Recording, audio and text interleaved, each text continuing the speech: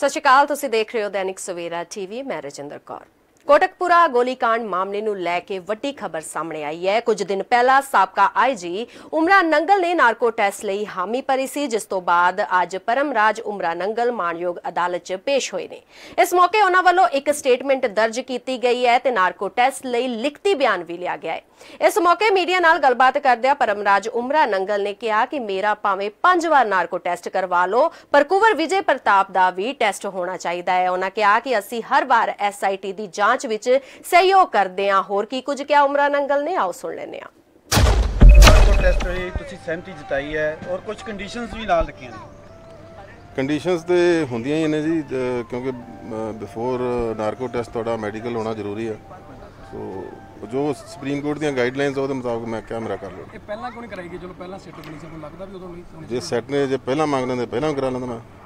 Sir इस तो इलावा जो गल करिए तो पहला जी SIT की जी जाँच को रद्द किया गया और नवी SIT ਤੁਹਾਨੂੰ नहीं लगता कि कितने मतलब इसमें सिर्फ लमकाने की कोशिश की जा रही है? देखो ये लमकाना या ना लमकाना ये उन्होंने SIT से डिपेंड करता। मेरे वालों असीं जदों भी सानूं समन करते हैं साडे वालों पूरा सहयोग मिलता उन्होंने। असीं जाने जी जी तो पिछली SIT नूं भी पूरा सहयोग दिता तो नवीं वाली नूं पूरा दे रहे हैं। सो इन्होंने नारको टेस्ट मंगया, मैं मेरा कर लो। सर इस तो इलावा सुमेध सिंह सैनी और चरणजीत शर्मा जी वालों जो इनकार किया गया है, उन्होंने बारे नहीं मैं कुछ उन्होंने जाती फैसला, बट मेरा फैसला ये है कि मैं चाहना कि कुंवर विजय प्रताप का भी नारको टेस्ट होना मेरा भावें 5 बार कर लेना, ताकि जिस मनोरथ ने उन्हें इन्वेस्टिगेशन की वो तुहाडे सब के सामने है। ठीक है जी, ये गल क्योंकि उन्हें सारी इन्वेस्टिगेशन बायस्ड की तो मेरा नारको टेस्ट भावें 5 बार कर लो तो कुंवर विजय प्रताप का जो नारको टेस्ट वो जरूर होना चाहिए ताकि लोगों के सामने सच्चाई है जी। सर पहली SIT वालों तुहाडी भूमिका ते बड़े ਜਿਹੜੇ सवाल खड़े किए ਸੀਗੇ कि बिना दस्से तो ਤੁਸੀਂ ਇੱਥੇ ਪਹੁੰਚੇ ਸੀਗੇ, बिना किसी ऑर्डर तो ਤੁਸੀਂ ਕੋਟਕਪੂਰਾ ਪਹੁੰਚੇ ਜਦੋਂ ਇਹ ਘਟਨਾਕ੍ਰਮ ਵਾਪਰਿਆ ਸੀ। बिना किसी ऑर्डर तो नहीं पहुंचा जाता। डिसिप्लिनड फोर्स आ पंजाब पुलिस। मैं कह रहा और मेरा DGP कह रहा कि मैं भेजा, और मेरा भेजन का कारण इत्थे ये सीगा क्योंकि ਤੁਹਾਨੂੰ ਸਭ ਨੂੰ ਪਤਾ ਪਿਛਲੇ 8 ਸਾਲ ਤੋਂ ਮੈਂ ਇੱਥੇ SSP ਰਿਹਾ ਫਰੀਦਕੋਟ, DIG ਫਿਰੋਜ਼ਪੁਰ ਰੇਂਜ ਰਿਹਾ, DIG ਬਠਿੰਡਾ ਰਿਹਾ, IG ਜ਼ੋਨ ਬਠਿੰਡਾ ਰਿਹਾ मैं 2 साल। सो मेरा क्योंकि लोकल लोगों के नाल अच्छा प्यार सीगा, सो मैं एक मीडिएशन के तौर पर आया, ना कि मैं इत्थे कोई गोली चलाने का ऑर्डर देना सी, ना मैं कोई ऐसी गल की। सर जो कोटकपूरा का घटनाक्रम वापरिया उस नूं लैके तुसीं की कहना चाहोगे? तुसीं आपदा रोल नूं किस तरह जस्टिफाई करो? मेरा रोल कोई नहीं सीगा जी। मेरा रोल ये सीगा कि जिहड़ी संगत बैठी सी उन्हां दी मिहनत तरला करके उन्होंने धरने तो शांतमई तरीके नाल उठाउणा, और मैं उस कामयाब भी रहा। जो क्लैश होया तुहाडे सामने 14 तरीक मॉर्निंग होया, सडनली क्लैश होया, और जो कुछ भी होया लाठीचार्ज होया जां फायरिंग हुई जां जो भी पानी दी बछाणां वजियां वो मजिस्ट्रेट जो मौके पर हाज़र सी ਉਹਦੇ ऑर्डर ना वजी। जे मेरा किते ऑर्डर हैगा तो मैं तो मैं देणदार। ਕੋਟਕਪੂਰਾ ਗੋਲੀकांड ਤੇ ਚਲੋ ਤੁਹਾਡਾ ਨਾਮ ਜਿਹੜਾ ਨਾਮਜ਼ਦ ਕੀਤਾ ਗਿਆ, ਪਰ ਇਸ ਤੋਂ ਇਲਾਵਾ ਤੁਹਾਨੂੰ ਬਹਿਬਲ ਗੋਲੀकांड ਦੇ ਵਿੱਚ ਵੀ ਨਾਮਜ਼ਦ ਕਰ ਲਿਆ, ਜਦ ਕਿ ਉੱਥੇ ਤੁਸੀਂ ਮੌਜੂਦ ਵੀ ਨਹੀਂ ਸੀ। ਇਸੇ ਗੱਲ ਦੀ ਤੇ ਹੈਰਾਨਗੀ ਹੈ ਨਾ ਜੀ, ਜੇ ਆਪਾਂ ਅੱਜ ਖੜੇ ਹਾਂ ਬਾਬਾ ਫਰੀਦ ਜੀ ਦੀ ਧਰਤੀ ਤੇ, ਕੁੰਵਰ ਵਿਜੇ ਪ੍ਰਤਾਪ ਆ ਕੇ ਸਹੁੰ ਖਾਵੇ ਕਿ ਮੈਂ ਉੱਥੇ ਗਿਆ ਜਾਂ ਬਹਿਬਲ ਗੱਲਾਂ ਬਾਰੇ ਮੈਨੂੰ ਪਤਾ ਪਤਾ ਹੀ ਨਹੀਂ। सिर्फ एक गंदे तरीके ਨਾਲ इन्वेस्टिगेशन की और मैंने बाइबल गल्लां 'ਚ भी फसाता। ਉਹਨੇ ਕਿਹਾ ਗਿਆ ਸੀ ਵੀ ਕੋਈ ਆਰਡਰ ਨਹੀਂ ਸੀ, ਆਰਡਰ ਤੋਂ ਬਿਨਾਂ ਜਿਹੜੇ ਕਿ ਪਰਮਰਾਜ ਉਮਰਾ ਨੰਗਲ ਉੱਥੇ ਕੋਟਕਪੂਰਾ ਵੀ ਆਏ। ਇਹ ਤੇ ਜੀ ਦੇਖੋ ਜਸਟਿਸ ਰਣਜੀਤ ਸਿੰਘ ਦੀ ਤੁਸੀਂ ਰਿਪੋਰਟ ਪੜ੍ਹ ਲਓ, ਉਹਦੇ ਵਿੱਚ ਸਾਰਾ ਕਲੀਅਰ ਜੱਜ ਸਾਹਿਬ ਨੇ ਲਿਖਿਆ। ਠੀਕ ਹੈ ਜੀ, ਸੋ ਇਨਵੈਸਟੀਗੇਸ਼ਨ ਦੇ ਵਿੱਚ ਮੈਂ ਸਾਰਾ ਇਹਨਾਂ ਨੂੰ ਸਹਿਯੋਗ ਦਿੰਦਾ ਰਿਹਾ। ਜੇ ਮੇਰਾ ਕਿਤੇ ਵੀ ਰੋਲ ਆਉਂਦਾ ਮੈਂ ਹਰ ਤਰ੍ਹਾਂ ਦੀ ਸਜ਼ਾ ਭੁਗਤਣ ਨੂੰ ਤਿਆਰ ਹਾਂ। ਨਾਰਕੋ ਟੈਸਟ ਮੇਰਾ 1 ਵਾਰ ਕਹਿੰਦੇ, मैं 5 ਵਾਰ ਕਰਾਉਣ ਨੂੰ ਤਿਆਰ ਹਾਂ। ਹੋਰ ਦੱਸੋ ਸਰ ਅੱਗੇ ਵੀ ਤੁਸੀਂ ਸਹਿਯੋਗ ਦਿੰਦੇ ਰਹੋਗੇ? ਬਿਲਕੁਲ ਦਊਂਗਾ ਜੀ, ਕਿਉਂ ਨਹੀਂ ਦਊਂਗਾ। सूत्रा दी मन्नीए तां अज नारको टेस्ट लई माणयोग अदालत वल्लों ऑर्डर भी जारी हो सकते ने। इस अहम खबर ते होर जानकारी देण लई साडे नाल फरीदकोट तो जुड़ चुके ने पत्रकार सूरज प्रकाश जी। सूरज, सब तो पहला तां ये दसो कि अज जिहड़ी अदालत है कि सूत्रा दे हवाले तो जिहड़ी खबर आई है कि अदालत ऑर्डर दे सकती है ते की मनना है? तो वड्डी गल ये हैगी है कि जदों दा ये मामला होया है परमराज सिंह उमरा नंगल पहली बार मीडिया नाल इत्थे रूबरू होए ने। अते दूजी गल कीती जावे कि नारको टेस्ट दे तां नारको टेस्ट लई 2 लोग पहले ही मना कर चुके हैं, जिन्हां विच चरणजीत शर्मा दा नाम शामिल है अते दूजा नाम है सुमेध सिंह सैनी का, जो कि ये दोनों ही वड्डे चेहरे ने। पर परमराज सिंह उमरा नंगल दे हवाले ते सब तो ज्यादा सवाल भी ऐसे ते खड़े हो रहे सीगे कि परमराज सिंह उमरा नंगल दी मौजूदगी उत्थे क्यों सीगी। इस सारी गल नूं लैके सवालों का एक जवाब जो है उन्होंने परमराज सिंह उमरा ने दिता है कि वो एक नहीं कई बार भी टेस्ट कराने लई तैयार ने। सीधे तौर पर कहा जाए नाल उन्होंने ये भी कहा कि कुंवर विजय प्रताप भी टेस्ट कराण, मैं टेस्ट कराने लई तैयार हाँ। हुण देखना ये है कि मानयोग अदालत वालों हो जे हुक्म जारी होने ने कि टेस्ट होएगा तां ਕਿੱਥੇ ਹੋਵੇਗਾ। ਹਾਲਾਂਕਿ ਹਰਿਆਣਾ ਤੇ ਪੰਜਾਬ ਵਿੱਚ ਸੁਵਿਧਾ ਨਹੀਂ ਹੈਗੀ ਹੈ, ਜਾਂ ਫਿਰ ਰਾਜਧਾਨੀ ਦਿੱਲੀ ਜਾਂ ਫਿਰ ਸਾਊਥ ਸਾਈਡ ਦਾ ਕੋਈ ਵੱਡਾ ਸ਼ਹਿਰ ਹੋ ਸਕਦਾ ਹੈ ਜਿੱਥੇ ਕਿ ਇਹ ਟੈਸਟ ਹੋ ਕੀਤੇ ਜਾ ਸਕਦੇ ਆ ਜੀ। ਤੇ ਇਸ ਦੇ ਨਾਲ ਹੀ ਉਮਰਾ ਨੰਗਲ ਨੇ ਵੀ ਬਿਆਨ ਜਾਰੀ ਕੀਤਾ ਹੈ ਕਿ ਉਹ ਜਿਹੜੀ ਉਹਨਾਂ ਨੇ ਮੰਗ ਕੀਤੀ ਹੈ ਕਿ ਕੁੰਵਰ ਵਿਜੇ ਪ੍ਰਤਾਪ ਦਾ ਵੀ ਨਾਰਕੋ ਟੈਸਟ ਹੋਣਾ ਚਾਹੀਦਾ ਹੈ। ਜੀ ਬਿਲਕੁਲ ਬਿਲकुल राजेंद्र, उन्होंने बकायदा मीडिया च बयान दिता है वाला कि वो टेस्ट लिए तैयार ने ते कुंवर विजय प्रताप का भी टेस्ट होना चाहिए है, वो भी अपना टेस्ट करवाएंगे जेकर सही ने उन्होंने जांच सही की है। ਅੱਛਾ, ਤੇ ਇਸ ਦੇ ਨਾਲ ਹੀ ਜਿਹੜੇ ਸੁਮੇਧ ਸੈਣੀ ਨੇ ਤੇ ਚਰਨਜੀਤ ਸ਼ਰਮਾ ਨੇ ਉਹਨਾਂ ਨੇ ਹਾਲੇ ਤੱਕ ਇਹਦੇ ਤੇ ਆਪਣਾ ਸਹਿਮਤੀ ਨਹੀਂ ਜਤਾਈ ਹੈਗੀ। ਇਸ ਦੇ ਬਾਰੇ ਕੀ ਖਬਰ ਹੈ ਤੁਹਾਡੇ ਕੋਲ? ਜੀ ਬਿਲਕੁਲ, ਦੇਖੋ ਜੀ ਸਾਡੀ ਅੱਜ ਵੀ ਐਡਵੋਕੇਟਸ ਨਾਲ ਗੱਲ ਹੋਈ ਹੈ ਤਾਂ ਸ਼ੁਰੂ ਤੋਂ ਪਹਿਲੀ ਵਾਰ ਸੀ ਜੋ ਆਪਣੇ ਸੁਮੇਧ ਸੈਣੀ ਦੇ ਜੋ ਵਕੀਲ ਨੇ ਉਹਨਾਂ ਨੇ ਪਹਿਲੀ ਵਾਰ ਤੇ ਕਲੀਅਰ ਕਹਿਤਾ ਸੀਗਾ ਕਿ ਉਹ ਲੋਕ ਟੈਸਟ ਨਹੀਂ ਕਰਵਾਉਣਗੇ। ਤਾਂ ਦੂਜੀ ਗੱਲ ਆਉਂਦੀ ਹੈ ਚਰਨਜੀਤ ਸਿੰਘ ਸ਼ਰਮਾ ਦੀ, ਤਾਂ ਉਹਨਾਂ ਵੱਲੋਂ ਵੀ ਮਨਾ ਕਰ ਦਿੱਤਾ ਗਿਆ ਸੀ ਕਿਉਂਕਿ ਇਸ ਵਿੱਚ ਹੁੰਦਾ ਕਿ ਮਾਨਯੋਗ ਅਦਾਲਤ ਵਿੱਚ ਜਦੋਂ ਇਹ ਐਪਲੀਕੇਸ਼ਨ ਦਾਇਰ ਹੁੰਦੀ ਤਾਂ ਜੋ ਵਿਕਟਿਮ ਹੁੰਦਾ, ਜੋ ਇਸ ਵਿੱਚ ਜਿਹਨੂੰ ਆਰੋਪੀ ਬਣਾਇਆ ਜਾਂਦਾ ਹੈ, ਉਹਦੀ ਸਹਿਮਤੀ ਹੋਣੀ ਜ਼ਰੂਰੀ ਹੁੰਦੀ ਹੈ ਕਿ ਤਾਂ ਹੀ ਨਾਰਕੋ ਟੈਸਟ ਲਈ ਆਪਾਂ ਅੱਗੇ ਕੋਈ ਕਾਰਵਾਈ ਕਰ ਸਕਦੇ ਹਾਂ। ਤਾਂ ਉਹਨਾਂ ਵੱਲੋਂ ਸਹਿਮਤੀ ਜਤਾਈ ਜਾਣੀ ਸੀਗੀ। ਇਹ ਦੋਨੇ ਲੋਕ ਪਹਿਲਾਂ ਹੀ ਮਨਾ ਕਰ ਚੁੱਕੇ ਆ, ਤਾਂ ਸਵਾਲਾਤ ਕਿਤੇ ਨਾ ਕਿ ਜ਼ਰੂਰ ਖੜੇ ਹੁੰਦੇ ਨੇ ਕਿ ਜੇਕਰ ਸਹੀ ਤਾਂ ਇਹਨਾਂ ਨੇ ਜਵਾਬ ਕਿਉਂ ਦਿੱਤਾ, ਸਹਿਮਤੀ ਆਪਦੀ ਕਿਉਂ ਨਹੀਂ ਜਤਾਈ। ਤਾਂ ਇਹ ਸਹਿਮਤੀ ਇਹਨਾਂ ਨੇ ਜਤਾਈ ਸੀ ਕਿ ਉਸ ਤੋਂ ਬਾਅਦ ਸਹਿਮਤੀ ਦੀ ਗੱਲ ਕੀਤੀ ਜਾਵੇ ਤਾਂ ਪਰਮਰਾਜ ਸਿੰਘ ਉਮਰਾ ਨੰਗਲ ਜੋ ਇੱਕ ਵੱਡਾ ਨਾਮ ਹੈ, ਵੱਡਾ ਚਿਹਰਾ ਹੈ, ਉਹਨਾਂ ਵੱਲੋਂ ਸਹਿਮਤੀ ਜਤਾਉਣਾ ਕਿ ਉਹ ਤਿਆਰ ਨੇ, ਇਸ ਬਾਰੇ ਵੀ ਕਿਤੇ ਨਾ ਕਿਤੇ ਬਹੁਤ ਵੱਡੀ ਗੱਲ ਹੈ ਇਹ ਵਾਲੀ ਜੀ। ਤੇ ਨਾਲੇ ਇਹ ਵੀ ਕਿਹਾ ਜਾ ਰਿਹਾ ਹੈ ਕਿ ਜਿਹੜੀ ਆਰਡਰ ਹੈ ਉਹ ਅੱਜ ਦੀ ਅੱਜ ਹੀ ਆ ਸਕਦੇ ਹੈ, ਤੇ ਕੀ ਲੱਗਦਾ ਹੈ ਕੋਈ ਸੂਤਰਾਂ ਦੇ ਹਵਾਲੇ ਤੋਂ ਖਬਰ ਹੈ ਕਿ ਕਦੋਂ ਤੱਕ ਇਹਨਾਂ ਦਾ ਟੈਸਟ ਹੋ ਸਕਦਾ ਹੈ? ਜੀ ਦੇਖੋ, ਆਰਡਰ ਅਜੇ ਮਾਨਯੋਗ ਅਦਾਲਤ ਦੇ ਆਰਡਰ ਹੋ ਜਾਣੇ ਪੈਂਡਿੰਗ ਨੇ, ਅਸੀਂ ਵੀ ਵੇਟ ਕਰ ਰਹੇ ਹਾਂ। ਜਿਵੇਂ ਹੀ ਕੋਈ ਅਪਡੇਟ ਆਉਂਦੀ ਹੈ ਤੁਰੰਤ ਸਾਂਝੀ ਕੀਤੀ ਜਾਵੇਗੀ। ਜੀ ਬਹੁਤ ਬਹੁਤ ਧੰਨਵਾਦ ਸੂਰਜ ਸਾਨੂੰ ਜਾਣਕਾਰੀ ਦੇਣ ਦੇ ਲਈ। ਤੇ ਇਹ ਸੀ ਸਾਡੇ ਪੱਤਰਕਾਰ ਸੂਰਜ ਪ੍ਰਕਾਸ਼ ਦਾ ਕੋਟਕਪੂਰਾ ਗੋਲੀकांड ਮਾਮਲੇ 'ਚ ਬਣਾਈ ਗਈ ਨਵੀਂ SIT ਵੱਲੋਂ ਸਾਬਕਾ DGP Sumedh Saini, suspended IG Paramraj Umranangal ਅਤੇ ਚਰਨਜੀਤ ਸ਼ਰਮਾ ਦੇ ਨਾਰਕੋ ਟੈਸਟ ਦੀ ਅਰਜ਼ੀ ਦਿੱਤੀ ਸੀ, ਜਿਸ ਤੋਂ ਬਾਅਦ ਅਦਾਲਤ ਨੇ ਵੀ ਮੁਹਰ ਲਗਾਈ ਸੀਗੀ। ਉਮਰਾ ਨੰਗਲ ਵੱਲੋਂ ਤਾਂ ਨਾਰਕੋ ਟੈਸਟ ਲਈ ਹਾਮੀ ਭਰੀ ਗਈ ਸੀ, ਪਰ ਸੁਮੇਧ ਸੈਣੀ ਅਤੇ ਚਰਨਜੀਤ ਸ਼ਰਮਾ ਨੇ ਨਾਰਕੋ ਟੈਸਟ ਕਰਵਾਉਣ ਤੋਂ ਇਨਕਾਰ ਕਰ ਦਿੱਤਾ ਸੀ। ਦੱਸ ਦਈਏ ਕਿ ਇਹਨਾਂ ਅਧਿਕਾਰੀਆਂ ਦੇ ਨਾਰਕੋ ਟੈਸਟ ਕਰਵਾਉਣ ਲਈ SIT ਨੂੰ ਮਾਣਯੋਗ ਸੁਪਰੀਮ ਕੋਰਟ ਵੱਲੋਂ ਬਣਾਈਆਂ ਗਈਆਂ ਗਾਈਡਲਾਈਨਸ ਦਾ ਪਾਲਣ ਕਰਨਾ ਪਵੇਗਾ। ਵਧਦੇ ਅਗਲੀ ਖਬਰ ਵੱਲ ਤਾਂ ਕਾਂਗਰਸ ਦੇ ਆਪਸੀ ਕਲੇਸ਼ ਵਿਚਕਾਰ ਜੇਲ੍ਹ ਮੰਤਰੀ ਸੁਖਜਿੰਦਰ ਸਿੰਘ ਰੰਧਾਵਾ ਨੇ ਆਪਣੀ ਹੀ ਸਰਕਾਰ ਤੇ ਇੱਕ ਵਾਰ ਫਿਰ ਤੋਂ ਸਵਾਲ ਚੁੱਕੇ ਨੇ। ਨਾਭਾ ਦੀ ਮੈਕਸਿਮਮ ਸਿਕਿਉਰਿਟੀ ਜੇਲ੍ਹ 'ਚ ਪੰਜਾਬ ਦੇ ਜੇਲ੍ਹ ਮੰਤਰੀ ਸੁਖਜਿੰਦਰ ਸਿੰਘ ਰੰਧਾਵਾ ਪਹੁੰਚੇ। ਰੰਧਾਵਾ ਨੇ ਕਿਹਾ ਕਿ ਕੈਪਟਨ ਅਮਰਿੰਦਰ ਸਿੰਘ ਨੇ ਜੋ ਜਨਤਾ ਨਾਲ ਵਾਅਦੇ ਕੀਤੇ ਸਨ, ਚਾਹੇ ਉਹ ਬੇਅਦਬੀ ਮਾਮਲਾ ਹੋਵੇ ਜਾਂ ਫਿਰ ਹੋਰ ਮੁੱਦਿਆਂ ਨੂੰ ਲੈ ਕੇ ਹੋਵੇ, ਉਹਨਾਂ ਵਾਅਦਿਆਂ ਨੂੰ ਪੂਰਾ ਨਹੀਂ ਕੀਤਾ ਗਿਆ, ਜਿਸ ਦੇ ਚੱਲਦੇ ਹੁਣ ਲੋਕ ਉਹਨਾਂ ਤੋਂ ਜਵਾਬ ਮੰਗ ਰਹੇ ਨੇ। ਇਸ ਦੇ ਨਾਲ ਹੀ ਉਹਨਾਂ ਕਿਹਾ ਕਿ ਉਹ ਕੈਪਟਨ ਸਰਕਾਰ ਦੇ ਖਿਲਾਫ ਨਹੀਂ ਨੇ, ਪਰ ਉਹ ਕੈਪਟਨ ਦੁਆਰਾ ਕੀਤੇ ਗਏ ਵਾਅਦਿਆਂ ਦਾ ਜਵਾਬ ਮੰਗਦੇ ਨੇ। ਜਿਸ ਤਰ੍ਹਾਂ ਸੋਨੀਆ ਗਾਂਧੀ ਨਾਲ ਮੁਲਾਕਾਤ ਹੋਈ, ਪਤਾ ਲੱਗਿਆ ਵੀ ਜਿਹੜੇ ਕਈ ਮੰਤਰੀਆਂ ਦੀ ਛੁੱਟੀ ਹੋ ਰਹੀ ਹੈ ਤੁਹਾਡੇ ਵਜ਼ਾਰਤ ਵਿੱਚੋਂ, ਕੀ ਸਮਝਦੇ ਹੋ ਕੈਪਟਨ ਖੇਮੇ ਦੇ ਜਿਹੜੇ ਨਾਰਾਜ਼ ਵਿਧਾਇਕ ਨੇ, ਮੰਤਰੀ ਨੇ, ਉਹਨਾਂ ਦੀ ਛੁੱਟੀ ਹੋ ਸਕਦੀ? ਇਹ ਤੇ ਸੋਨੀਆ ਗਾਂਧੀ ਜੀ ਨੂੰ ਪਤਾ ਹੋਏਗਾ, CM ਨੂੰ ਪਤਾ ਹੋਏਗਾ, ਮੈਂ ਉਸ ਮੀਟਿੰਗ 'ਚ ਨਾਲ ਨਹੀਂ ਸੀ। ਕਦੋਂ ਮੁੱਕੂਗਾ ਕਲੇਸ਼, ਕਦੋਂ ਮੁੱਕੂਗਾ ਤੁਹਾਨੂੰ? ਕਲੇਸ਼ ਕੋਈ ਨਹੀਂਗਾ, ਸਾਡੀ ਜਿਹੜੀ ਇਸ਼ੂ ਬੇਸਡ ਗੱਲਾਂ ਨੇ ਕਿ ਜਿਹੜੇ ਬਰਗਾੜੀ ਦਾ ਇਸ਼ੂ ਆ, ਉਹਦੇ ਬਾਅਦ PPA ਜਿਹੜੇ ਹੋਏ ਸੀਗੇ ਉਹਦੇ 'ਚ ਅਸੀਂ ਕਿਹਾ ਸੀ ਕਿ ਪੰਜਾਬ ਦੇ ਲੋਕਾਂ ਨੂੰ ਬਿਜਲੀ ਜਿਹੜੀ ਆ ਉਹਦੇ 'ਤੇ ਇਨਸਾਫ ਦਿੱਤਾ ਜਾਏਗਾ, ਬਿਜਲੀ ਪੂਰੀ ਦਿੱਤੀ ਜਾਏਗੀ। ਉੱਥੇ ਹੀ ਕਾਂਗਰਸ 'ਚ ਚੱਲ ਰਹੇ ਅੰਦਰੂਨੀ ਕਲੇਸ਼ ਨੂੰ ਲੈ ਕੇ ਮੁੱਖ ਮੰਤਰੀ ਕੈਪਟਨ ਅਮਰਿੰਦਰ ਸਿੰਘ ਦੀ ਸੋਨੀਆ ਗਾਂਧੀ ਨਾਲ ਹੋਈ ਮੀਟਿੰਗ ਤੇ ਕਈ ਮੰਤਰੀਆਂ ਦੀ ਛੁੱਟੀ ਹੋਣ ਸੰਬੰਧੀ ਪੁੱਛਣ ਤੇ ਜੇਲ੍ਹ ਮੰਤਰੀ ਨੇ ਕਿਹਾ ਕਿ ਇਹ ਤਾਂ ਸੋਨੀਆ ਗਾਂਧੀ ਦਾ ਮੁੱਖ ਮੰਤਰੀ ਹੀ ਦੱਸ ਸਕਦੇ ਨੇ ਕਿ ਕਿਹਦੀ ਛੁੱਟੀ ਹੋਣੀ ਹੈ ਤੇ ਕਿਹਨੂੰ ਮੰਤਰੀ ਬਣਾਇਆ ਜਾਣਾ ਹੈ। ਇਸ ਦੇ ਨਾਲ ਹੀ ਜੇਲ੍ਹ ਮੰਤਰੀ ਨੇ ਕਿਹਾ ਕਿ ਪੰਜਾਬ ਦੇ ਮੁੱਖ ਮੰਤਰੀ ਨਾਲ ਉਹਨਾਂ ਦੀ ਕੋਈ ਨਿੱਜੀ ਲੜਾਈ ਨਹੀਂ ਹੈ, ਪਰ ਪੰਜਾਬ ਦੇ ਮੁੱਦਿਆਂ ਕਰਕੇ ਉਹ ਉਹਨਾਂ ਤੇ ਸਵਾਲ ਕਰਦੇ ਨੇ। ਇਸ ਉੱਪਰ ਚਰਚਾ ਦੇ ਲਈ ਕਾਲ ਜ਼ਰੀਏ ਸਾਡੇ ਨਾਲ ਜੁੜ ਚੁੱਕੇ ਨੇ ਦੈਨਿਕ ਸਵੇਰਾ ਦੇ ਡਿਪਟੀ ਐਡੀਟਰ ਪਮਿਲ ਪਾਟਿਆ ਜੀ। ਪਮਿਲ, ਇੱਕ ਵਾਰ ਫਿਰ ਤੋਂ ਜੇਲ੍ਹ ਮੰਤਰੀ ਸੁਖਜਿੰਦਰ ਰੰਧਾਵਾ ਨੇ ਫਿਰ ਕੈਪਟਨ ਸਰਕਾਰ ਦੇ ਸਵਾਲ ਚੁੱਕ ਦਿੱਤੇ ਨੇ, ਕੀ ਕਹਿਣਾ ਤੁਹਾਡਾ? देखो, सुखजिंदर रंधावा ने सिर्फ सवाल नहीं चुकिया, सुखजिंदर रंधावा ने इस बारी कह सकते हैं कि बड़ा निजी हमला किया है कैप्टन अमरिंदर सिंह ते।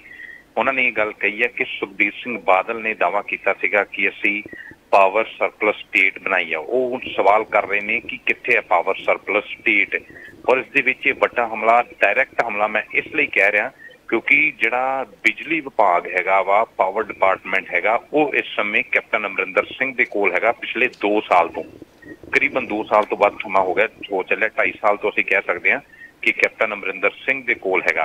ते सुखजिंदर रंधावा कह रहे ने कि ਜਿਹੜੇ PPA ਪਾਵਰ ਪਰਚੇਜ਼ ਐਗਰੀਮੈਂਟ ਰੱਦ ਕਰਨੇ ਸੀਗੇ ਜਿਹੜੇ ਸੁਖਬੀਰ ਸਿੰਘ ਬਾਦਲ ਹੋਣਾ ਨੇ ਕੀਤਾ ਸੀ, ਉਸ ਤੇ ਕੋਈ ਕੰਮ ਨਹੀਂ ਹੋਇਆ। ਤੇ ਸੁਖਬੀਰ ਬਾਦਲ ਕਹਿੰਦੇ ਸੀਗੇ ਕਿ ਪਾਵਰ ਸਰਪਲਸ ਸਟੇਟ ਹੈ, ਕਿੱਥੇ ਉਹ ਪਾਵਰ ਸਰਪਲਸ ਸਟੇਟ। ਔਰ ਵੱਡੀ ਗੱਲ ਉਹਨਾਂ ਨੇ ਕਹੀ ਹੈ ਕਿ ਸਰਕਾਰ ਲਈ ਜੇ ਲੋਕਾਂ ਨੂੰ ਬਿਜਲੀ ਦੇ ਲਈ ਖੱਜਲ ਖੁਆਰ ਹੋਣਾ, ਇਹਦਾ ਮਤਲਬ ਇਹ ਪੂਰੀ ਤਰ੍ਹਾਂ ਨਾਲ ਮਿਸਮੈਨੇਜਮੈਂਟ ਹੈ। ਜਦੋਂ ਉਹ ਸ਼ਬਦ ਮਿਸਮੈਨੇਜਮੈਂਟ ਇਸਤੇਮਾਲ ਕਰਦੇ ਨੇ ਤੇ ਇਹਦਾ ਮਤਲਬ ਇਹ ਆ ਕਿ ਜਿਹੜਾ ਮਹਿਕਮਾ ਕੈਪਟਨ ਅਮਰਿੰਦਰ ਸਿੰਘ ਦੇ ਕੋਲ ਹੈਗਾ ਉਹਦੇ ਵਿੱਚ ਮੈਨੇਜਮੈਂਟ ਹੈਗੀ ਹੈ। ਮਤਲਬ ਕਿ ਕੈਪਟਨ ਅਮਰਿੰਦਰ ਸਿੰਘ ਆਪਣੇ ਵਿਭਾਗ ਨੂੰ ਸਹੀ ਤਰ੍ਹਾਂ ਮੈਨੇਜ ਨਹੀਂ ਕਰ ਪਾਏ। ਇਸ ਦੇ ਲਈ ਇਹ ਕਹਿ ਸਕਦੇ ਹਾਂ ਕਿ ਇਹ ਪਹਿਲਾ ਡਾਇਰੈਕਟ ਹਮਲਾ ਹੈਗਾ ਕੈਪਟਨ ਅਮਰਿੰਦਰ ਸਿੰਘ ਤੇ, ਕਿਉਂਕਿ ਇਹ ਡਿਪਾਰਟਮੈਂਟ ਉਹਨਾਂ ਦੇ ਕੋਲ ਹੈਗਾ। ਹਾਲਾਂਕਿ ਹੋਮ ਡਿਪਾਰਟਮੈਂਟ ਦੇ ਜ਼ਰੀਏ ਵੀ ਜਿੰਨੇ ਉਹ ਹਮਲੇ ਕਰਦੇ ਰਹੇ ਨੇ ਉਹ ਡਾਇਰੈਕਟ ਸੀਗੇ, ਪਰ ਪਾਵਰ ਡਿਪਾਰਟਮੈਂਟ ਨੂੰ ਲੈ ਕੇ ਇਹ ਪਹਿਲਾ ਡਾਇਰੈਕਟ ਹਮਲਾ ਹੈਗਾ। ਸੁਖਜਿੰਦਰ ਸਿੰਘ ਰੰਧਾਵਾ ਦੀ ਗੱਲ ਕਹਿਣੀ ਕਿ ਇਹ ਮਿਸਮੈਨੇਜਮੈਂਟ ਹੈਗੀ ਹੈ ਕਿ ਅਸੀਂ ਲੋਕਾਂ ਨੂੰ ਸਸਤੀ ਬਿਜਲੀ ਜਾਂ ਜਿਹੜੀ 24 ਘੰਟੇ ਸਰਪਲਸ ਬਿਜਲੀ ਹੈ ਜਿਹੜੀ ਉਹ ਨਹੀਂ ਦੇ ਪਾਏ। ਹਾਲਾਂਕਿ ਇਸ ਦੇ ਦੌਰਾਨ ਹੀ ਉਹ ਦੁਬਾਰਾ STF ਦੀ ਰਿਪੋਰਟ ਜਿਹੜੀ ਹੈਗੀ ਹੈ ਡਰੱਗਸ ਤੇ ਬਣੀ ਸੀਗੀ ਉਹਦੀ ਗੱਲ ਦੁਹਰਾ ਦਿੰਦੇ ਨੇ, ਜਾਂ ਬੇਅਦਬੀਆਂ ਦਾ ਇਨਸਾਫ ਨਾ ਮਿਲਣਾ ਲੋਕਾਂ ਨੂੰ, ਗੋਲੀकांड ਦਾ ਇਨਸਾਫ ਨਾ ਮਿਲਣਾ ਲੋਕਾਂ ਨੂੰ, ਉਹ ਮੁੱਦੇ ਦੀ ਵੀ ਗੱਲ ਕਰਦੇ ਨੇ। ਉਹ ਆਪਣੇ ਮੁੱਦੇ ਨੂੰ ਇਸ ਤਰ੍ਹਾਂ ਦੇ ਨਾਲ ਉਹ ਜਸਟੀਫਾਈ ਕਰ ਦਿੰਦੇ ਨੇ ਕਿ ਅਸੀਂ ਇਸ਼ੂ ਬੇਸਡ ਪੋਲਿਟਿਕਸ ਕਰ ਰਹੇ ਹਾਂ, ਅਸੀਂ ਮੁੱਦੇ ਤੇ ਗੱਲ ਕਰ ਰਹੇ ਹਾਂ, ਨਿੱਜੀ ਹਮਲਾ ਨਹੀਂ ਕਰ ਰਹੇ। ਪਰ ਜਦੋਂ ਮੁੱਦੇ ਦੀ ਗੱਲ ਆਪਣੇ CM ਦੇ ਅਗੇਂਸਟ ਜਦੋਂ ਪਬਲਿਕ ਪਲੇਟਫਾਰਮ ਤੇ ਵਿੱਚ ਕੀਤੀ ਜਾਂਦੀ ਹੈ ਤਾਂ ਪਾਰਟੀ ਲਾਈਨ ਦੇ ਅੰਦਰੋਂ ਖੜ ਕੇ ਜਦੋਂ ਦੇਖਦੇ ਨੇ ਲੀਡਰ ਤੇ ਇਸ ਨੂੰ ਉਹ ਇਨਡਿਸਪਲਿਨ ਦੀ ਪਰਿਭਾਸ਼ਾ ਹੀ ਦਿੰਦੇ, ਇਹਨੂੰ ਇਨਡਿਸਪਲਿਨ ਹੀ ਮੰਨਿਆ ਜਾਂਦਾ ਕਿ ਤੁਸੀਂ ਆਪਣੇ CM ਦੀ ਡਿਪਾਰਟਮੈਂਟ ਦੀ ਕਾਰਵਾਈ ਨੂੰ, ਕਾਰਜਸ਼ੈਲੀ ਨੂੰ ਮਿਸਮੈਨੇਜਮੈਂਟ ਦੱਸ ਰਹੇ ਹੋ ਔਰ ਮੀਡੀਆ ਦੇ ਵਿੱਚ ਜਾ ਕੇ ਦੱਸ ਰਹੇ ਹੋ ਪਬਲਿਕ ਪਲੇਟਫਾਰਮ ਤੇ। ਠੀਕ ਹੈ, ਲੋਕਾਂ ਨੂੰ ਜਾਣਨ ਦਾ ਹੱਕ ਹੈਗਾ, ਦੱਸਣਾ ਚਾਹੀਦਾ, ਪਰ ਜਦੋਂ ਪਾਰਟੀ ਲਾਈਨ ਦੇ ਅੰਦਰ ਜਿਹੜੇ ਖੜੇ ਨੇ ਜਾਂ ਦੂਸਰੇ ਲੀਡਰ ਉਹ ਇਸ ਨੂੰ ਅਗੇਂਸਟ ਸਟੇਟਮੈਂਟ ਹੀ ਮੰਨ ਕੇ ਚੱਲਣਗੇ ਤੇ ਇਹ ਵੱਡਾ ਅਟੈਕ ਹੈਗਾ। ਕਿਉਂਕਿ ਬਿਜਲੀ ਦੇ ਮੁੱਦੇ ਤੇ ਪਹਿਲੀ ਸਰਕਾਰ ਬੁਰੀ ਤਰ੍ਹਾਂ ਘੇਰੀ ਹੋਈ ਹੈ, ਉਸ ਤੋਂ ਬਾਅਦ ਸਰਕਾਰ ਦੇ ਸਭ ਤੋਂ ਪਾਵਰਫੁਲ ਲੀਡਰ ਜਿਹੜੇ ਸੀਗੇ ਮੰਨੇ ਜਾਂਦੇ ਕਿ ਸੁਖਜਿੰਦਰ ਰੰਧਾਵਾ, ਸਭ ਤੋਂ ਕਰੀਬੀ ਮਿਨਿਸਟਰ ਕੈਪਟਨ ਅਮਰਿੰਦਰ ਸਿੰਘ ਦੇ ਜਿਹੜੇ ਮੰਨੇ ਜਾਂਦੇ ਸੀਗੇ, ਉਹਨਾਂ ਵੱਲੋਂ ਇੰਨੀ ਗੱਲ ਕਹਿਣੀ ਕਿ ਇਹ ਮਿਸਮੈਨੇਜਮੈਂਟ ਹੈ ਤੇ ਇਹ ਬੜਾ ਵੱਡਾ ਅਟੈਕ ਹੈ। ਕਿਉਂਕਿ ਪੈਰਲਲੀ ਨਵਜੋਤ ਸਿੰਘ ਸਿੱਧੂ ਵੀ ਆਪਣੇ ਟਵੀਟ ਤੇ ਸੁਝਾਅ ਦੇ ਰਹੇ ਨੇ ਕਿ ਸਰਕਾਰ ਨੂੰ ਪਾਵਰ ਸਰਪਲਸ ਸਟੇਟ ਕਰਨ ਲਈ ਪਾਵਰ ਪਰਚੇਜ਼ ਐਗਰੀਮੈਂਟ ਰੱਦ ਕਰਨੇ ਚਾਹੀਦੇ ਆ, ਇਹ ਹੋਣਾ ਚਾਹੀਦਾ ਹੈ, ਨਹੀਂ ਹੋਣਾ ਚਾਹੀਦਾ, ਆਪਣੇ ਸੁਝਾਅ ਦੇ ਰਹੇ ਨੇ। ਤੇ ਦੂਜੇ ਪਾਸੇ ਸੁਖਜਿੰਦਰ ਰੰਧਾਵਾ ਨੇ ਕਹਿਣਾ ਕਿ ਵਿਭਾਗ ਦੇ ਵਿੱਚ ਮਿਸਮੈਨੇਜਮੈਂਟ ਹੋਈ ਹੈ ਤੇ ਇਹ ਕੈਪਟਨ ਅਮਰਿੰਦਰ ਸਿੰਘ ਦੇ ਉੱਪਰ ਡਾਇਰੈਕਟ ਅਟੈਕ ਹੈਗਾ ਔਰ ਵੱਡਾ ਹਮਲਾ ਉਹਨਾਂ ਦੀ ਕਾਰਜਸ਼ੈਲੀ ਤੇ ਹੈਗਾ। ਅੱਛਾ, ਤੇ ਇਸ ਦੇ ਵਿੱਚੋਂ ਇੱਕ ਹੋਰ ਗੱਲ ਨਿਕਲ ਕੇ ਬਾਹਰ ਆਈ ਹੈ ਕਿ ਜਿਹੜੀ ਪ੍ਰਸ਼ਾਂਤ ਕਿਸ਼ੋਰ ਦੇ ਨਾਲ CM ਦੀ ਜਿਹੜੀ ਮੀਟਿੰਗ ਹੋਈ ਸੀ ਬੁੱਧਵਾਰ ਨੂੰ, ਤਾਂ ਉਹਦੇ ਵਿੱਚ ਇਹ ਸੂਤਰਾਂ ਦੇ ਹਵਾਲੇ ਤੋਂ ਖਬਰ ਆਈ ਸੀ ਕਿ ਹੁਣ ਜਿਹੜਾ CM ਦਾ ਕੈਪਟਨ ਅਮਰਿੰਦਰ ਸਿੰਘ ਦਾ ਮੰਤਰੀ ਮੰਡਲ ਦੇ ਵਿੱਚ ਫੇਰ ਬਦਲ ਹੋ ਸਕਦੀ ਹੈ ਔਰ ਇਹ ਤੇ ਚਰਚਾ ਹੋਈ ਹੈ ਉਹਨਾਂ ਦੇ ਨਾਲ। ਤੇ ਇਹਦੇ ਉੱਤੇ ਇਹ ਦੱਸੋ ਕਿ ਇਹ ਫਿਰ ਇਹ ਜਿਹੜੇ ਖਿਲਾਫ ਬੋਲ ਰਹੇ ਨੇ ਇਹਨਾਂ ਦੇ ਨਾਮ ਆ ਸਕਦੇ ਨੇ ਨਾ ਵਿੱਚ? ਦੇਖੋ, ਇਹ ਬਹੁਤ ਮੁਸ਼ਕਲ ਹੈਗੀ ਹੈ ਕਿਉਂਕਿ ਜਿਹੜਾ ਕੈਬਨਿਟ ਦਾ ਵਿਸਤਾਰ ਸੀਗਾ, ਮੰਤਰੀ ਮੰਡਲ ਦਾ ਵਿਸਤਾਰ, ਉਹ ਕਰੀਬਨ ਪਿਛਲੇ 1 ਸਾਲ ਤੋਂ, ਪਿਛਲੇ 1 ਸਾਲ ਨਹੀਂ ਤੇ 8-9 ਮਹੀਨਿਆਂ ਤੋਂ ਉਸ ਦੀ ਚਰਚਾ ਜਿਹੜੀ ਆ ਉਹ ਬਾਰ-ਬਾਰ ਹੋ ਰਹੀ ਹੈ ਕਿ ਕੈਬਨਿਟ ਐਕਸਪੈਂਸ਼ਨ ਹੋਣ ਵਾਲਾ ਹੈਗਾ ਤੇ ਉਹ ਕਈ ਵਾਰੀ ਟਲ ਗਿਆ। ਜਦੋਂ ਕਰੋਨਾ ਦਾ ਲਾਕਡਾਊਨ ਲੱਗਾ ਸੀ ਪੰਜਾਬ ਦੇ ਵਿੱਚ, ਉਹਨਾਂ ਦਿਨਾਂ ਦੇ ਵਿੱਚ ਵੀ ਕੈਬਨਿਟ ਐਕਸਪੈਂਸ਼ਨ ਦੀ ਚਰਚਾ ਰਹੀ ਹੈ ਤੇ ਹੁਣ ਜਦੋਂ ਕੈਬਨਿਟ ਐਕਸਪੈਂਸ਼ਨ ਦੀ ਚਰਚਾ ਦੁਬਾਰਾ ਤੇ ਬਹੁਤ ਜ਼ੋਰਾਂ ਸ਼ੋਰਾਂ ਦੇ ਨਾਲ ਹੋ ਰਹੀ ਹੈ ਔਰ ਉਹ ਹੋਣਾ ਵੀ ਹੈ ਥੋੜੇ ਦਿਨਾਂ ਦੇ ਵਿੱਚ, ਕਿਉਂਕਿ ਪੰਜਾਬ ਮੰਤਰੀ ਮੰਡਲ ਦੇ ਵਿੱਚ ਕਈ ਐਸੇ ਵਰਗ ਹੈ ਜਿਵੇਂ OBC ਵਰਗ ਹੈਗਾ, ਅਦਰ ਬੈਕਵਰਡ ਕਲਾਸਿਸ ਵਰਗ ਹੈਗਾ, ਉਹਨਾਂ ਦੀ ਪਹਿਲੇ ਉਸ ਵਰਗ ਦੀ ਨਾਰਾਜ਼ਗੀ ਹੈ ਕਿ ਸਾਨੂੰ ਪ੍ਰੋਪਰ ਨੁਮਾਇੰਦਗੀ ਮੰਤਰੀ ਮੰਡਲ ਦੇ ਵਿੱਚ ਨਹੀਂ ਦਿੱਤੀ ਗਈ। 27% ਉਹਨਾਂ ਦਾ ਵੋਟ ਹੈ, ਉਹ ਕਹਿੰਦੇ ਕਿ ਸਾਡਾ ਇੱਕ ਵੀ ਮੰਤਰੀ ਨਹੀਂ ਲਿਆ। ਜਿਹੜਾ ਵਾਲਮੀਕੀ ਭਾਈਚਾਰਾ ਹੈਗਾ ਉਹਨਾਂ ਦੇ ਵਿੱਚੋਂ ਵੀ ਇੱਕ ਲੀਡਰ ਜਿਹੜੇ ਡਾਕਟਰ ਰਾਜਕੁਮਾਰ ਵੇਰਕਾ ਨੇ, ਉਹਨਾਂ ਨੂੰ ਕੈਬਨਿਟ ਰੈਂਕ ਦਿੱਤਾ ਹੋਇਆ ਵਾ, ਫੁੱਲ ਫਲੈਜ ਕੈਬਨਿਟ ਮੰਤਰੀ ਜਿਹੜਾ ਉਹ ਕੋਈ ਨਹੀਂ ਹੈਗਾ। ਇਸ ਲਈ ਪਾਰਟੀ ਇੱਕ ਹਿੰਦੂ ਲੀਡਰ ਵੀ ਵੱਡਾ ਚਿਹਰਾ ਅੱਗੇ ਕਰਨਾ ਚਾਹੁੰਦੀ ਹੈ। ਹਾਲਾਂਕਿ ਉਸਦਾ ਕੈਬਨਿਟ ਦੇ ਵਿੱਚ ਹਿੰਦੂ ਲੀਡਰ ਪਹਿਲੇ ਵੀ ਹੈਗੇ ਨੇ, ਵਿਜੇਂਦਰ ਸਿੰਗਲਾ ਨੇ, ਸ਼ਾਇਦ ਕੋਈ ਹੋਰ ਵੀ ਸ਼ਾਮਿਲ ਕੀਤਾ ਜਾ ਸਕੇਗਾ ਤਾਂ ਕਿ ਹਿੰਦੂ ਵਰਗ ਜਿਹੜਾ ਵਪਾਰੀ ਵਰਗ ਹੈਗਾ ਉਹਦੀ ਨੁਮਾਇੰਦਗੀ ਕਰਦਾ ਹੋਵੇ, ਉਸ ਤਰ੍ਹਾਂ ਦੇ ਚਿਹਰੇ ਵੀ ਸ਼ਾਮਿਲ ਕੀਤੇ ਜਾ ਸਕਦੇ ਆ।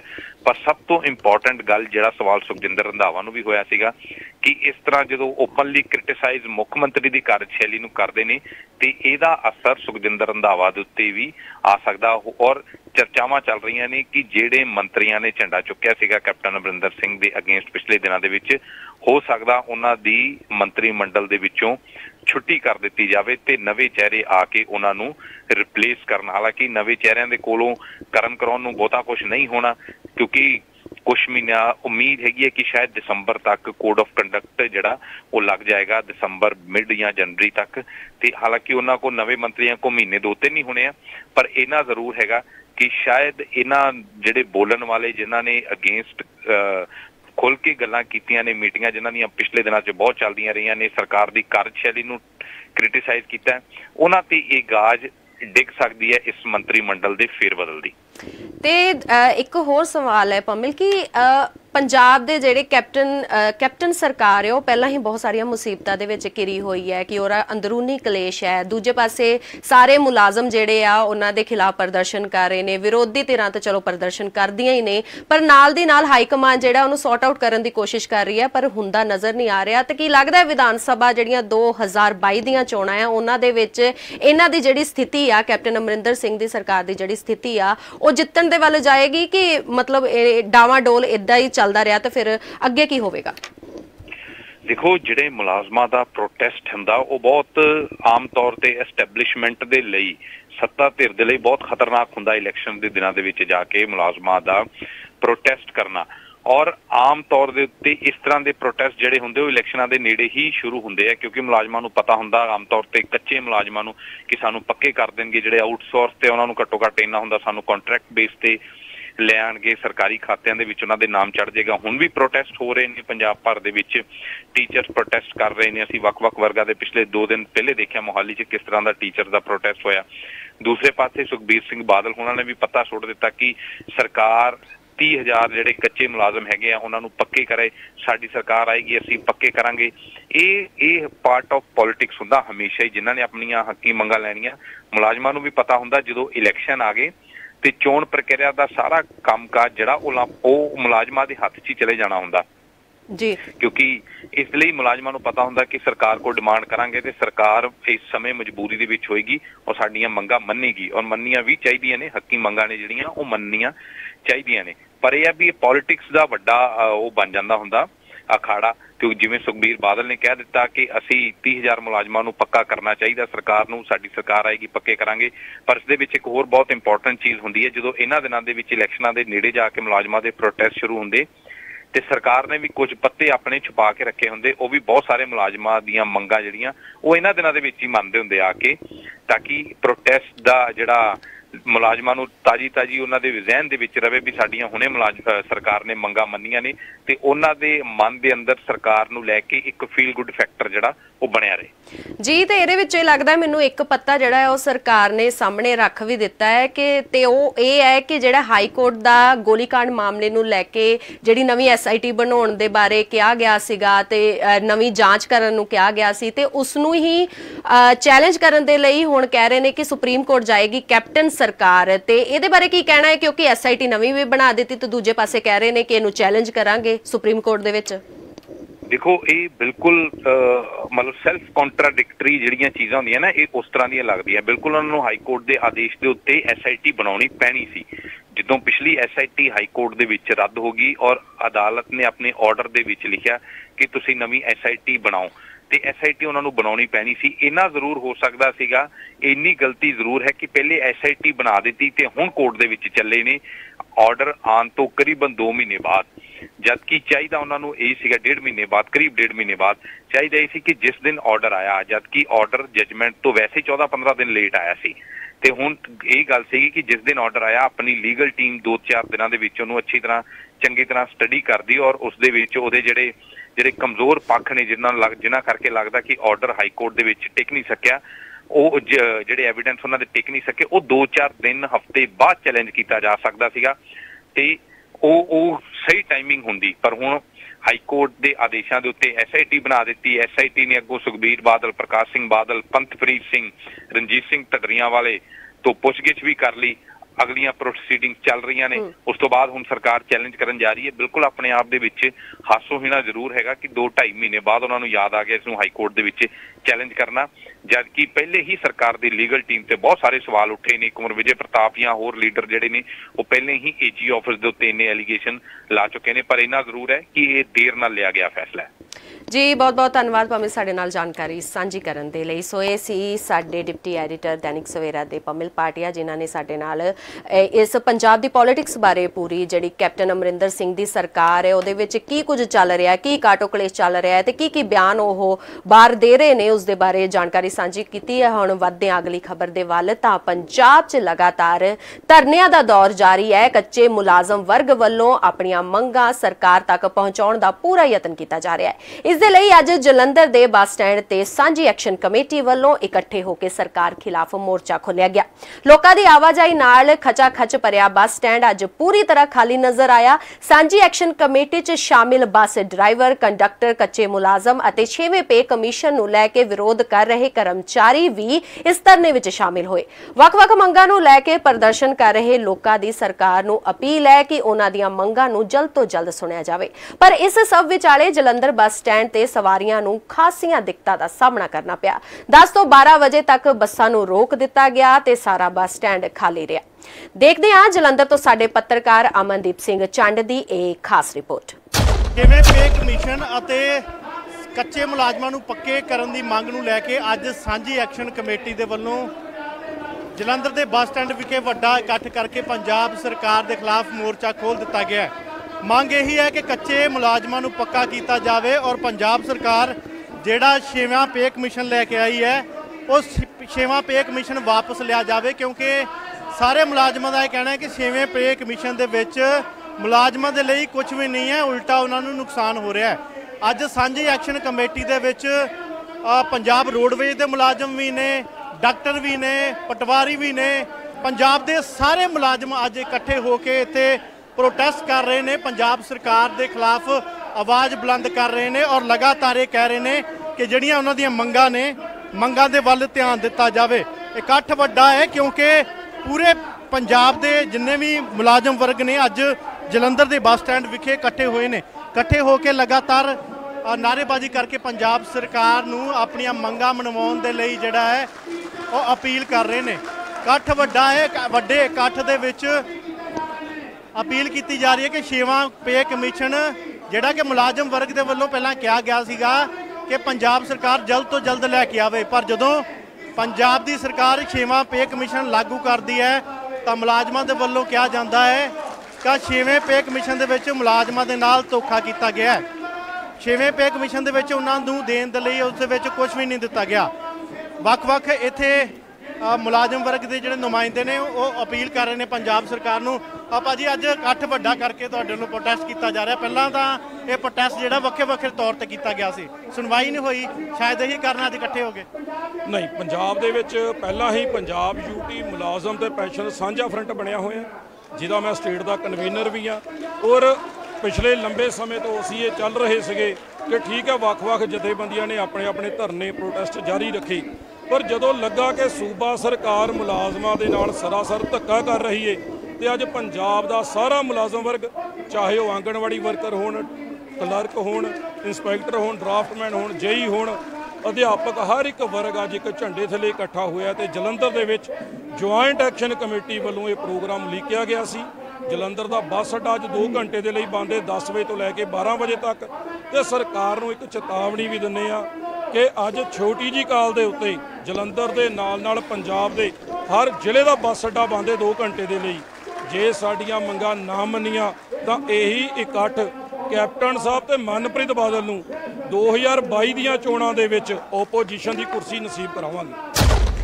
ਭਾਰਤ ਦੀ ਸਵਦੇਸ਼ੀ ਟੀਕਾ ਨਿਰਮਾਤਾ ਭਾਰਤੀ ਬਾਇਓਟੈਕ ਲਈ ਖੁਸ਼ਖਬਰੀ ਹੈ। ਵਿਸ਼ਵ ਸਿਹਤ ਸੰਗਠਨ ਦੀ ਮਨਜ਼ੂਰੀ ਦੀ ਉਡੀਕ ਕਰ ਰਹੇ ਭਾਰਤੀ ਬਾਇਓਟੈਕ ਦੀ ਕੋਵੈਕਸਿਨ ਨੂੰ ਵੀ WHO ਦੇ ਚੀਫ ਸਾਇੰਟਿਸਟ ਦੁਆਰਾ ਪ੍ਰਭਾਵਸ਼ਾਲੀ ਮੰਨਿਆ ਗਿਆ ਹੈ ਅਤੇ ਇਸ ਦੀ ਤਾਰੀਫ ਕੀਤੀ ਗਈ ਹੈ। WHO ਦੇ ਮੁੱਖ ਵਿਗਿਆਨੀ ਡਾਕਟਰ ਸੋਮਿਆ ਸਵਾਮੀਨਾਥਨ ਨੇ ਵੀਰਵਾਰ ਨੂੰ ਕਿਹਾ ਕਿ ਭਾਰਤ ਬਾਇਓਟੈਕ ਦੇ ਟੀਕੇ ਦੇ ਟ੍ਰਾਇਲ ਦਾ ਅੰਕੜਾ ਵਧੀਆ ਲੱਗ ਰਿਹਾ ਹੈ, ਜਦੋਂ ਕਿ ਟੀਕਾ WHO ਦੀ ਮਨਜ਼ੂਰੀ ਦਾ ਇੰਤਜ਼ਾਰ ਕਰ ਰਿਹਾ ਹੈ। ਸਵਾਮੀਨਾਥਨ ਨੇ ਕਿਹਾ ਕਿ 23 ਜੂਨ ਨੂੰ ਪ੍ਰੀ ਸਬਮਿਸ਼ਨ ਮੀਟਿੰਗ ਮੀਟਿੰਗ ਕੀਤੀ ਗਈ ਸੀ ਅਤੇ ਇਸ ਦੀਆਂ ਅਜ਼ਮਾਇਸ਼ਾਂ ਲਈ ਡਾਟਾ ਪੈਕੇਜ ਇਕੱਠੇ ਕੀਤੇ ਜਾ ਰਹੇ ਨੇ। ਹਾਲਾਂਕਿ ਡੈਲਟਾ ਵੇਰੀਐਂਟ ਦੇ ਵਿਰੁੱਧ ਟੀਕੇ ਦੀ ਪ੍ਰਭਾਵਸ਼ੀਲਤਾ ਘੱਟ ਹੈ, ਫਿਰ ਵੀ ਇਹ ਬਹੁਤ ਵਧੀਆ ਹੈ। ਵਿਗਿਆਨੀਆਂ ਨੇ ਅੱਗੇ ਕਿਹਾ ਕਿ ਟੀਕੇ ਦਾ ਸੁਰੱਖਿਅਤ ਪ੍ਰੋਫਾਈਲ ਹੁਣ ਤੱਕ WHO ਦੇ ਮਿਆਰਾਂ ਦੇ ਖਰਾ ਉਤਰਿਆ ਹੈ। ਉਹਨਾਂ ਕਿਹਾ ਕਿ ਅਸੀਂ ਉਹਨਾਂ ਸਾਰੇ ਟੀਕਿਆਂ ਤੇ ਨੇੜਿਓਂ ਨਜ਼ਰ ਰੱਖਦੇ ਹਾਂ ਜਿਨ੍ਹਾਂ ਨੂੰ ਐਮਰਜੈਂਸੀ ਵਰਤੋਂ ਦੀ ਸੂਚੀ ਮਿਲੀ ਹੈ। ਅਸੀਂ ਵੱਧ ਤੋਂ ਵੱਧ ਡਾਟਾ ਦੀ ਭਾਲ ਕਰਨਾ ਜਾਰੀ ਰੱਖਦੇ ਹਾਂ। ਉਹਨਾਂ ਇਹ ਵੀ ਕਿਹਾ ਕਿ ਅਮਰੀਕਾ ਨੂੰ ਛੱਡ ਕੇ ਦੁਨੀਆ ਦੇ ਬਹੁਤੇ ਹਿੱਸਿਆਂ ਵਿੱਚ ਕੋਰੋਨਾ ਮਾਮਲਿਆਂ ਵਿੱਚ ਤੇਜ਼ੀ ਦੇਖਣ ਨੂੰ ਮਿਲੀ ਹੈ ਅਤੇ ਮੌਤਾਂ ਦੀ ਗਿਣਤੀ ਵੀ ਘਟੀ ਹੈ। ਸਵਾਮੀਨਾਥਨ ਨੇ ਭਾਰਤ ਵਿੱਚ ਘੱਟੋ-ਘੱਟ 60 ਤੋਂ 70% ਆਬਾਦੀ ਦੇ ਟੀਕਾਕਰਨ ਦਾ ਸੁਝਾਅ ਦਿੱਤਾ। ਉਹਨਾਂ ਨੇ ਕਿਹਾ ਕਿ ਭਾਰਤ ਬ੍ਰਿਟੇਨ ਵਰਗੇ ਦੇਸ਼ਾਂ ਤੋਂ ਪ੍ਰੇਰਣਾ ਲੈ ਸਕਦਾ ਹੈ ਜੋ ਬੂਸਟਰ ਸ਼ਾਟਸ ਦੀ ਯੋਜਨਾ ਬਣਾ ਰਹੇ ਨੇ ਅਤੇ ਉਹਨਾਂ ਤੋਂ ਸਿੱਖ ਸਕਦੇ ਨੇ। ਹਾਲਾਂਕਿ ਉਹਨਾਂ ਨੇ ਸਪਸ਼ਟ ਕੀਤਾ ਹੈ ਕਿ WHO ਜਲਦੀ ਹੀ ਕਦੇ ਬੂਸਟਰ ਸ਼ਾਟਾਂ ਦੀ ਸਿਫਾਰਿਸ਼ ਨਹੀਂ ਕਰੇਗਾ। ਟੀਕਾਕਰਨ ਦੇ ਦਾਇਰੇ ਨੂੰ ਵਧਾਉਣ ਤੇ ਧਿਆਨ ਕੇਂਦਰਿਤ ਕਰਨਾ ਚਾਹੀਦਾ ਹੈ। ਵਧਦੇ ਅਗਲੀ ਖਬਰ ਵੱਲ। ਪੰਜਾਬ ਦੇ ਲੋਕਾਂ ਨੂੰ ਜਲਦ ਅੱਤ ਦੀ ਗਰਮੀ ਤੋਂ ਰਾਹਤ ਮਿਲਣ ਵਾਲੀ ਹੈ, ਜਿਸ ਦੀ ਜਾਣਕਾਰੀ ਮੌਸਮ ਵਿਭਾਗ ਵੱਲੋਂ ਦਿੱਤੀ ਗਈ ਹੈ। ਮੌਸਮ ਵਿਭਾਗ ਦੀ ਜਾਣਕਾਰੀ ਅਨੁਸਾਰ ਦੱਖਣੀ ਪੱਛਮੀ ਮੌਨਸੂਨ 10 ਜੁਲਾਈ ਦੇ ਆਸ-ਪਾਸ ਪੱਛਮੀ ਉੱਤਰ ਪ੍ਰਦੇਸ਼, ਪੰਜਾਬ, ਹਰਿਆਣਾ, ਰਾਜਸਥਾਨ ਅਤੇ ਦਿੱਲੀ ਦੇ ਕੁਝ ਹੋਰ ਹਿੱਸਿਆਂ ਵਿੱਚ ਚਲੇ ਜਾਣ ਦੀ ਸੰਭਾਵਨਾ ਹੈ, ਜਿਸ ਦੇ ਚੱਲਦੇ ਹਲਕੀ ਬਾਰਿਸ਼ ਜਾਂ ਤੇਜ਼ ਬਾਰਿਸ਼ ਹੋਣ ਦੀ ਸੰਭਾਵਨਾ ਹੈ। ਪੰਜਾਬ ਵਿੱਚ ਗਰਮੀ ਤੋਂ ਰਾਹਤ ਮਿਲ ਸਕਦੀ ਹੈ। ਮੌਸਮ ਵਿਭਾਗ ਦੇ ਅਨੁਸਾਰ ਪੰਜਾਬ ਦੇ ਕੁਝ ਹਿੱਸਿਆਂ ਵਿੱਚ ਚੱਕਰਵਾਤੀ ਚੱਕਰ ਚੱਲ ਸਕਦਾ ਹੈ। ਇਸ ਦੇ ਕਾਰਨ ਤੇਜ਼ ਮੀਂਹ ਪੈਣ ਨਾਲ ਲੋਕਾਂ ਨੂੰ ਰਾਹਤ ਮਿਲ ਸਕਦੀ ਹੈ। ਮੌਸਮ ਵਿਭਾਗ ਅਨੁਸਾਰ ਇਸ ਹਫ਼ਤੇ ਦੇ ਅੰਤ ਤੱਕ ਗਰਮੀ ਤੋਂ ਰਾਹਤ ਮਿਲੇਗੀ ਅਤੇ ਵੱਧ ਤੋਂ ਵੱਧ ਤਾਪਮਾਨ 35 ਡਿਗਰੀ ਸੈਲਸੀਅਸ ਤੱਕ ਡਿੱਗਣ ਦੀ ਉਮੀਦ ਹੈ। ਦੱਸ ਦਈਏ ਕਿ ਕਹਿਰ ਦੀ ਗਰਮੀ 'ਚ ਪੰਜਾਬ 'ਚ ਬਿਜਲੀ ਸੰਕਟ ਪੈਦਾ ਹੋ ਗਿਆ ਹੈ, ਜਿਸ ਕਾਰਨ ਅਗਲੇ ਕੁਝ ਦਿਨਾਂ ਤੱਕ ਬਿਜਲੀ ਗੁੱਲ ਰਹੇਗੀ ਤੇ ਲੋਕਾਂ ਨੂੰ ਕਈ ਦਿੱਕਤਾਂ ਦਾ ਸਾਹਮਣਾ ਕਰਨਾ ਪੈ ਸਕਦਾ ਹੈ। ਤੇ ਹੁਣ ਮੀਂਹ ਪੈਣ ਨਾਲ ਲੋਕਾਂ ਨੂੰ ਕੁਝ ਰਾਹਤ ਮਿਲ ਸਕਦੀ ਹੈ। ਅੱਜ ਤੋਂ ਹੀ ਰਿਮਝਿਮ ਬਾਰਿਸ਼ ਵਾਲਾ ਮੌਸਮ ਵੇਖਣ ਨੂੰ ਮਿਲਿਆ। ਆਉਣ ਵਾਲੇ ਦਿਨਾਂ ਦੇ ਵਿੱਚ ਬਾਰਿਸ਼ ਤੇਜ਼ ਹੋ ਸਕਦੀ ਹੈ ਤੇ ਲੋਕਾਂ ਨੂੰ ਗਰਮੀ ਤੋਂ ਰਾਹਤ ਮਿਲ ਸਕਦੀ ਹੈ। ਇਹ ਸਨ ਹੁਣ ਤੱਕ ਦੀਆਂ ਕੁਝ ਖਾਸ ਖਬਰਾਂ। ਵਧੇਰੇ ਜਾਣਕਾਰੀ ਲਈ ਜੁੜੇ ਰਹੋ ਦੈਨਿਕ ਸਵੇਰਾ ਟੀਵੀ ਦੇ ਨਾਲ ਤੇ ਜਾਂਦੇ ਜਾਂਦੇ ਇੱਕ ਨਜ਼ਰ ਪਾ ਲੈਣੇ ਅੱਜ ਦੀਆਂ ਕੁਝ ਖਾਸ ਖਬਰਾਂ ਤੇ। ਕੋਟਕਪੂਰਾ ਗੋਲੀकांड ਮਾਮਲੇ 'ਚ ਪਰਮਰਾਜ ਉਮਰਾ ਨੰਗਲ ਨੇ ਕੀਤੀ ਅਦਾਲਤ 'ਚ ਲਿਖਤੀ ਸਟੇਟਮੈਂਟ ਦਰਜ। ਕਿਹਾ ਕੁੰਵਰ ਵਿਜੇ ਪ੍ਰਤਾਪ ਦਾ ਹੋਵੇ ਨਾਰਕੋ ਟੈਸਟ। ਮੰਤਰੀ ਸੁਖਜਿੰਦਰ ਸਿੰਘ ਰੰਧਾਵਾ ਨੇ ਆਪਣੀ ਹੀ ਸਰਕਾਰ ਤੇ ਚੁੱਕੇ ਸਵਾਲ। ਕਿਹਾ ਪਾਵਰ ਕੱਟ ਸਰਕਾਰ ਦੇ ਮਿਸਮੈਨੇਜਮੈਂਟ ਦਾ ਨਤੀਜਾ। ਜਲੰਧਰ ਦੇ ਬੱਸ ਸਟੈਂਡ ਤੇ ਸਾਂਝੀ ਐਕਸ਼ਨ ਕਮੇਟੀ ਵੱਲੋਂ ਇਕੱਠੇ ਹੋ ਕੇ ਸਰਕਾਰ ਖਿਲਾਫ ਖੋਲ੍ਹਿਆ ਮੋਰਚਾ। ਮੰਗਾਂ ਨੂੰ ਲੈ ਕੇ ਕੀਤਾ ਗਿਆ ਪ੍ਰਦਰਸ਼ਨ।